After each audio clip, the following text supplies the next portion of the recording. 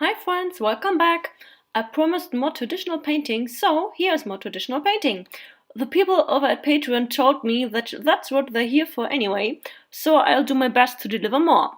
I can't promise that I can dish out a traditional painting every month, since it's more effort and material cost than digital art, and I feel like nobody would be happy with low effort sketches, but I do keep the preference in mind.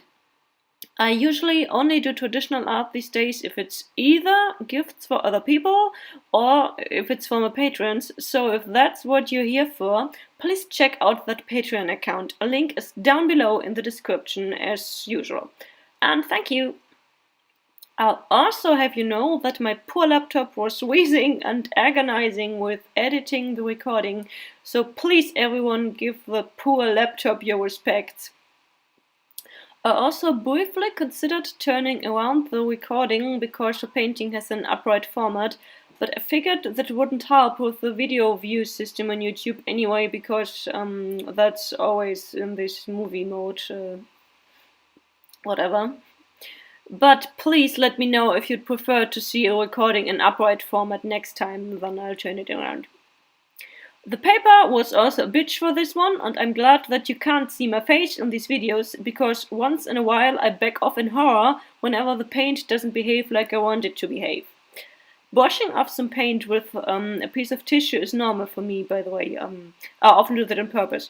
But I was expecting the paint to dilute much better while still wet in some places, and it didn't do that. So it wasn't as dilutable as I thought it would be.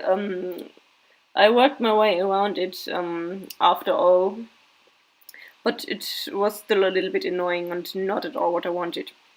I also tested out a new brand of grayish blue ink for this painting for the first time, and it turned out that I'm not too fond of the consistency of this brand of paint, but at least the shade is pretty nice and fits in well here.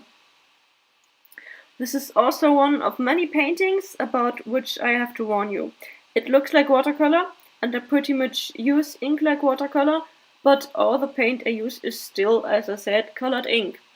I can't stress this enough, and I will gladly do so in every single traditional painting video that I do, just so we're clear. The main difference is that ink won't dissolve again once it's dry, pretty much like acrylics since it's acrylic based, except ink is what you expect from ink.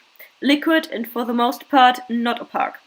However, depending on which brand and color you use, it is much more opaque than watercolor. And that is something I really like. I also like that it doesn't dissolve again, even if you paint over dry paint with water or with another layer of paint again. Since I tend towards deep, rich shadows on my paintings, that wouldn't work at all with watercolor. The paint would just rub off again if I tried to deepen the shadows, and the first layer of paint would come off again.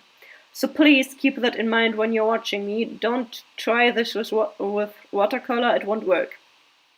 Just so you know. Another thing about paint, which I do here and which you can't see just from the video and which I have to tell you, is the white paint that I use is mostly white ink from Hooray, which is also my favorite brand out of those I tried so far.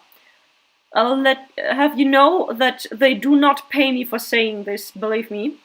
I wish anyone would ever pay me for what I'm doing, because I kinda can't live on €30 per month from Patreon, but that's a different topic. So, just so you know, I really like the paint. It has nothing to do with that anybody told me, please tell everyone our paint is great. I made the decision on my own. The only exception in this painting is the white paint in the spots, exactly this one, which I put on with a sponge in the background where the rocks just dissolve into the rain and the mist. That's not the Hooray and Klingner paint, that's Copic White. Copic White is the thickest, most opaque liquid white paint that I've come across so far. So it's really useful in a lot of situations, because it can even cover my printed line art that I love to use so much. So I highly recommend Copic White if you can ever get your hands on it, buy a stash of it. For example, I can't even buy them in the bigger art stores around here. I even asked around, hey, do you have Copic White? And they didn't even know what it was. I actually had to go to a manga convention to find some. It was quite fascinating how hard it can be to find Copic White. But maybe you can find an online store or something like that as well. by copyright, it's great. So, I hope you enjoyed watching this and you'll be back for more. As usual, if you have questions on paint or technique or on whatever, there's a comment section for you. Feel free to ask me anything. And have a great day. See you in the next video.